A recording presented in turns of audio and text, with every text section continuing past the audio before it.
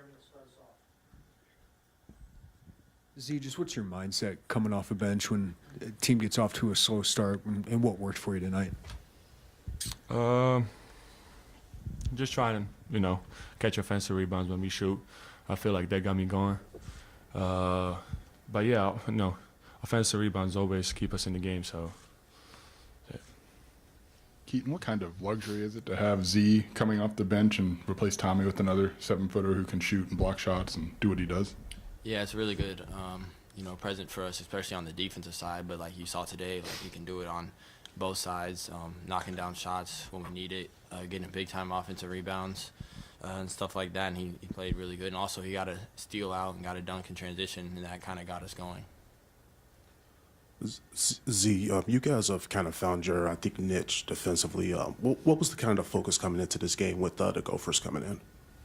I would say the main emphasis was on cutting, because they cut a lot, and they get a lot of points out of that. So I would say we was focused on that and rebounding, and by doing that we knew, we was going, man. Z, in the back here, we've seen you and we've seen Tommy, but we saw you guys play together a little bit more tonight. What was that like for you, and how do you think it went? I feel like it went pretty good. I always want to play with my brother. It don't matter, the whole game if we can. But I feel like it went pretty good. So, gotta keep going. Keaton, what was so tough about Minnesota's defense, especially in that first half? I would just say their zone slowed us down. We couldn't really get to our actions fast when they got to their zone, and it kind of just slowed down our offense and kind of got us out of sorts. They were pretty physical at the point of attack with the ball, but then once we figured it out, got the ball to the middle of the zone, that's where we got our points from. Keaton, what did you guys learn about responding to a slow start? Because you guys have gotten off to good starts here recently, and what led to that slow start, do you think? I think probably just what led to it was just some slow possession on offense, and then just letting forgot what player it was, but I think he hit back-to-back threes just right off the start, and that's what got us to the slow start. But I think it was just us staying composed and knowing we're gonna find our rhythm in this game, and everything will work out. So line up to end the first half with you, Tommy, Keaton, Malo, and Jake. I don't think that group had played together in a game yet this season. What worked for that five to maybe finish the half as strong as you did? I don't think we practiced together either, but I think it was just we know we're having a rough start. We gotta put more energy in. We gotta fight, hustle, and I feel like that group on the court did that job pretty well in the end of the half. Z, you guys spaced the floor really well with your bigs. Minnesota did that early. What adjustments did you make defensively to kind of take that away? I feel like we started bad because we wasn't talking as much as later, and that's what got us into trouble.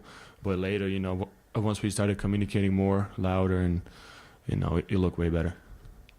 Z, what is it about being here that's helped you kind of unlock this consistency in your game and the production that you've had?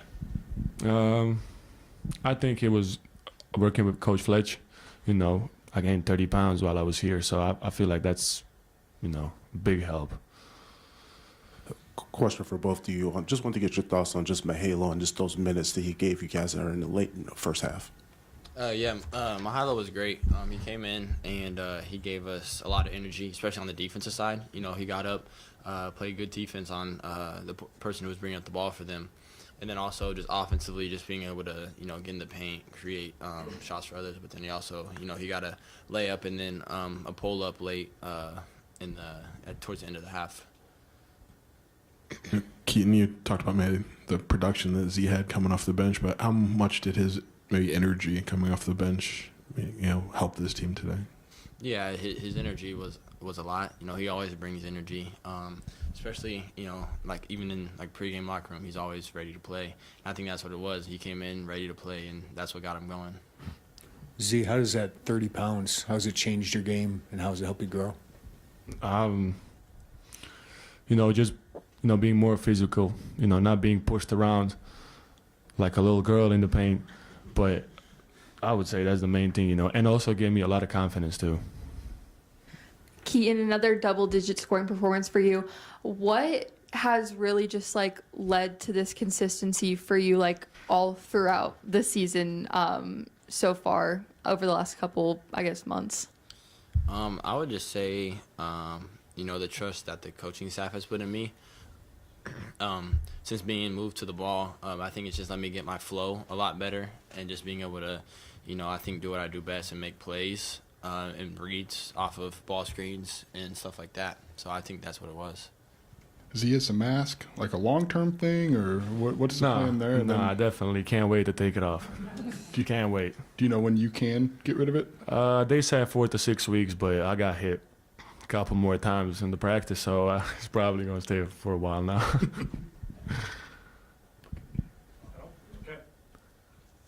Oh, shit, they fighting. Okay, thanks, guys.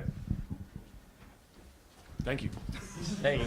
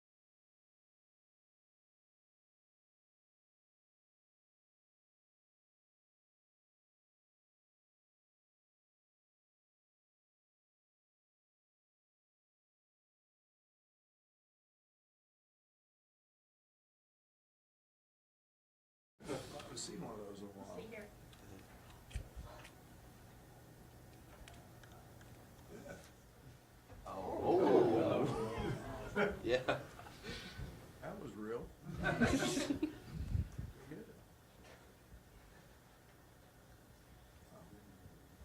All right, Coach. All right. Yeah. I circled on the board this date. I've had this game scheduled or circled on the schedule all year, and there are certain games that just pose some mental challenges that you know you've got to look out for as a coach. And I guess 39 years doing this now, but you know, the Northwestern game is always very physical. It's hard. There's some emotion in that game, and then you get home at 2 a.m. and the next day is just kind of a wash. You're just trying to, you know, prepare a little bit, and you don't do much, and then, you know, the day before we did a little bit, but it's all Minnesota and then the 11 a.m. start. So I've had this one concerned, and I was really hoping that our team would just come out with some pop and some aggression on the defensive side to see if we could just make sure we got energy. And obviously, a minute in, we called timeout. We weren't in a very good spot. So you know, just becomes a fight. And Nico does an unbelievable job. He's a terrific basketball coach. He's won everywhere he's been. And, you know, they've got great role identification. You know, Crocker Johnson posed some problems, you know, as a shooting 5-man that we lost a couple. And we did great in half court. We just lost him in transition. But they're good. My hat's off to Malo. We don't win the game without him. He changed the whole outlook of the game at the end of the first half, and I thought was excellent. We don't want that young man spends all day in the gym. He shoots. He works. He's been the ultimate teammate. We don't win it today without him, and I thought he was excellent. Then I thought that obviously Zvonimir was a difference in the first half, and his play was outstanding. The 13 offensive rebounds we had, you know, his half was pretty spectacular. So I felt good at half, and then second half it was just body blows. We just kept until we kind of hung in there and found a way to pull away in a game that was very hard fought, and you never unhappy with a win, but that one went about as like I thought it would go. What allowed Z to be so successful early against that Minnesota defense? Well, they were in some zone early, and he's very, very difficult to zone because one, he can shoot it. Secondly, you can play over the top of him of a lot of zones. So, but his activity on the glass was elite, and just his activity got a hook and hold. His energy was great, and I was really proud of him for that, and to see that was hopefully something keeps carrying over.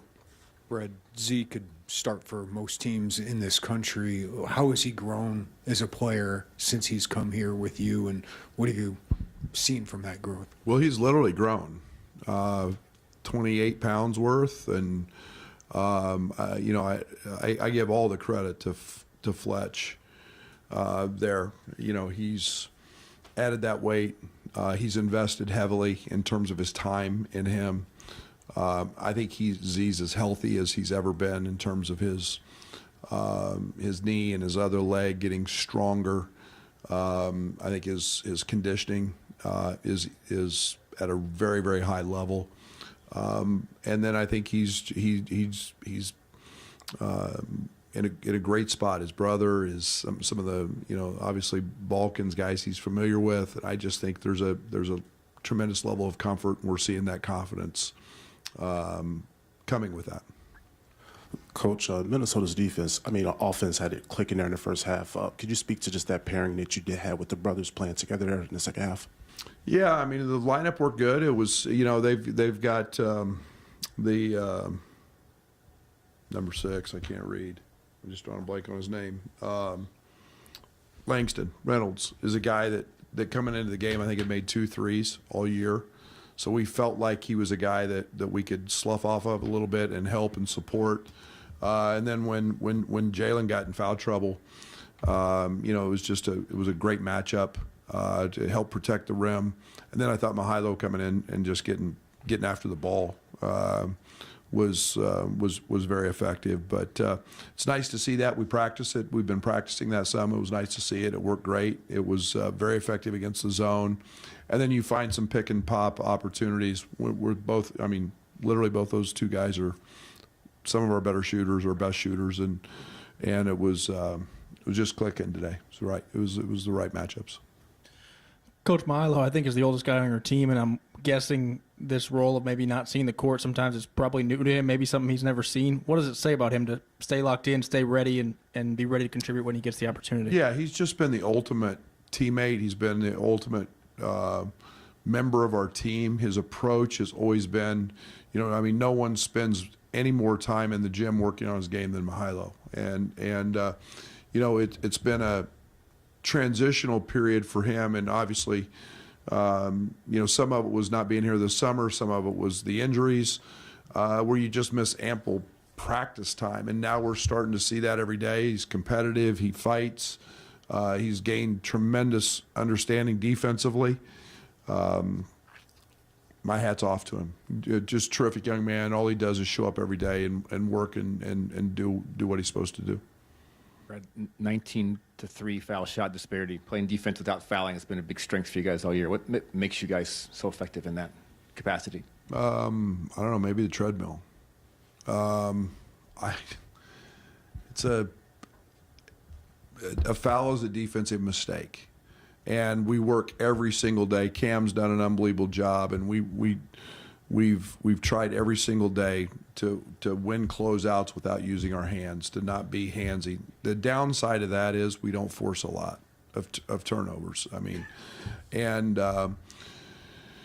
It's quite the opposite. My first 2 years, we started every game down -8 because we fouled so much, and we turned everybody over. And so there's a give and take there. But with this team, it's just kind of the old cliche, keep yourself between your man and the basket, and we try to do that a lot and do it without fouling. And so And then I'll be honest, we've got three pretty good defenders, four pretty good defenders on the perimeter, and we got somebody who can protect the rim, and that helps. Brad, you kind of always talks about valuing production off the bench. What has this group given you this year, and what's maybe unique about them? Well, it's been an elite group from that standpoint that not everybody, other than maybe Mahilo, they don't want the ball.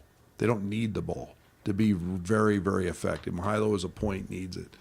There's a lot of guys that come in and they want to dominate it. They think it's their time. With us, it's not. And, Jake, Ben, those guys just come in and shoot open shots. They guard. They don't make mistakes. Z's literally a difference maker. He's a freak in a good way because of his ability to protect the rim and what he does defensively. And then, he just pops and makes open shots and does what he's supposed to do. So I've been really pleased with those guys and their role identification. Coach, did you expect to see as much zone coming into Yes. this game? And were there some in-game adjustments there, whether it was lineups or how you attack the zone? Yeah, there was a lot in the first half. We got really stagnant. In the second half, we just ran our man stuff against it, just ball screened, and just let Keaton and find open guys and open spots. And what they do is as soon as you hit the high post, they match up and go man.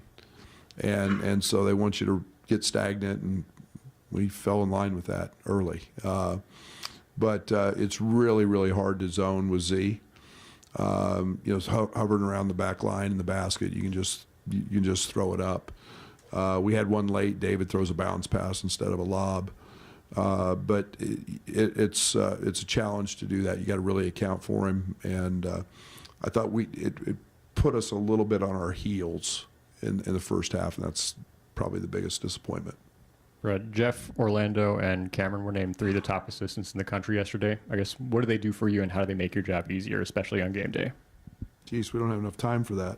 Make me look good, don't they? They're the best. Every head coach is only as good as the people he has around him. And, Jeff's been with me close to 30 years as a player and as a coach and as a friend. Now Orlando's back for a second time. And both those guys are renowned in the world of recruiting and worldwide. And they're elite at what they do. They're elite evaluators. They fit us. The one thing I'll say about all 3 of those guys, they're unbelievable human beings. They're terrific people, and that's the first and foremost thing about working with me is I want really good people around him. And so, Cam's a young guy that's just getting his feet wet in this business, doing a great job, and got great pedigree and background, and so they're all very, very worthy of that. And Owen and Jeff have just done it for a long time, and I tip my hat to them because they, wouldn't be here if it wasn't for them. Brad, you mentioned Mahilo being the guy who works in the gym. Now he gets a little success on the court. How does that help him moving forward? Boy, I hope he feels good. I hope it's an insertion of confidence. I hope it's I can do this. I'm starting to feel it. I can feel a part of it, and I hope that's the case. And he is, like I said, I have zero complaints with anything about what he's done other than become a great teammate, and he's a really good player. And it just, everybody's, the race isn't. It's run at different paces sometimes, and his is just taking a little longer because of the injuries and be nice to have that continue. Brad, what is the luxury of having Z off the bench? Not many people have that. I think you bring in one of the elite defenders in college basketball. That's very nice, and then you have a guy that experience. He's been there, done that. He sees the game. He knows the game. It's a luxury. it's a luxury, and I understand that. And you just get 2 of them, 3 of them front court guys that are pretty special. One more question on Z. His offensive rebounding seemed to get him going today. Is that just an area that you guys been kind of working on? Golly, please make that a big story. Please make that a big story, because it's been, that's why I'm so proud of him today. I mean, his offensive rebounding got him easy baskets and got us going in a time, and he's just got a gift, and it's maybe it's taken him till today to figure out how that is. He's been a good defensive rebounder, but I think one of the things that's been harder for him is he shoots a lot of threes. So when you're 7-2 crashing, takes a little, but in the zone he was under the rim, and so it was a really good thing. So put that out there, please, everybody. And Z's offensive rebounding was special. Coach said it. But Andre limped off the floor, looked fairly significant. Do you know where he's at with that? No, okay. No, I do want to mention it was pretty cool in the locker room. He went over 1,000 points in his career today, and then was as Tommy likes post-game celebrations a lot, hence the guitar, and we've had Kylan, and there was a whole lot of really cold water doused on Andre today, inspired by one Tomislav Ivisic. But so my hat's off to him. That's a great accomplishment. Coach, a little off topic, but Ethan Brown's here taking in the game today. What are you seeing from him during his senior season this year? Well, he's having a phenomenal one. I think since the break, he's averaging about 40. He's a very talented. It's always good to get your new guys coming in and seeing this and understanding it. He had a little break. They had a game last night, and so he's got a big holiday or big little tournament coming up. So. He's been terrific, and he had an inbounds play the other night in a game that I was watching, and threw it off the back and stepped in and just went up and two-hand dunked it like it was nothing. I mean, that's pretty athletic to do that, but he's playing great, and his time will come soon enough. But I hope he has a stellar rest of his season. Do you feel like there's a reason in the last 7 days there have been more hook and hold appeals or reviews? I mean, because I don't think we saw one before Iowa, and there's been a lot. Scott, I don't have an answer for that. I don't know. Maybe Quay and Biddle and all those guys back there do just paying attention to. I don't know. It's. I don't like the call. I don't. I've never been a fan of the call, and it's. I understand when you hook it and you yank, yes, somebody can get hurt, and the intent of the rule, I think, was to be under the basket in a rebound and in a scrum. But some of the stuff that is when you got multiple bodies, I think it's just hard. Arms just happen, and ouch, that hurt like heck. Golly, funny bone. I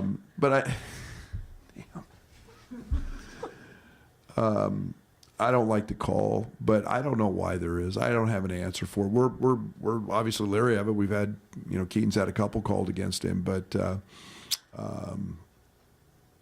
I've talked to Terry about it, and in the league, maybe it's just us. I don't know. What do you tell your team in a timeout 70 seconds into the game? Can't repeat that. That's not a very repeatable conversation. Play harder, play better. Let's wake the heck up and shake the cobwebs off, or this thing gets really ugly. And I also said, okay, they punched us. Now it's time to punch back. Let's settle in and do our job. But that was the most disappointing thing about today, was just that start, after hoping to see some aggression at the start. Thank you. Golly, question.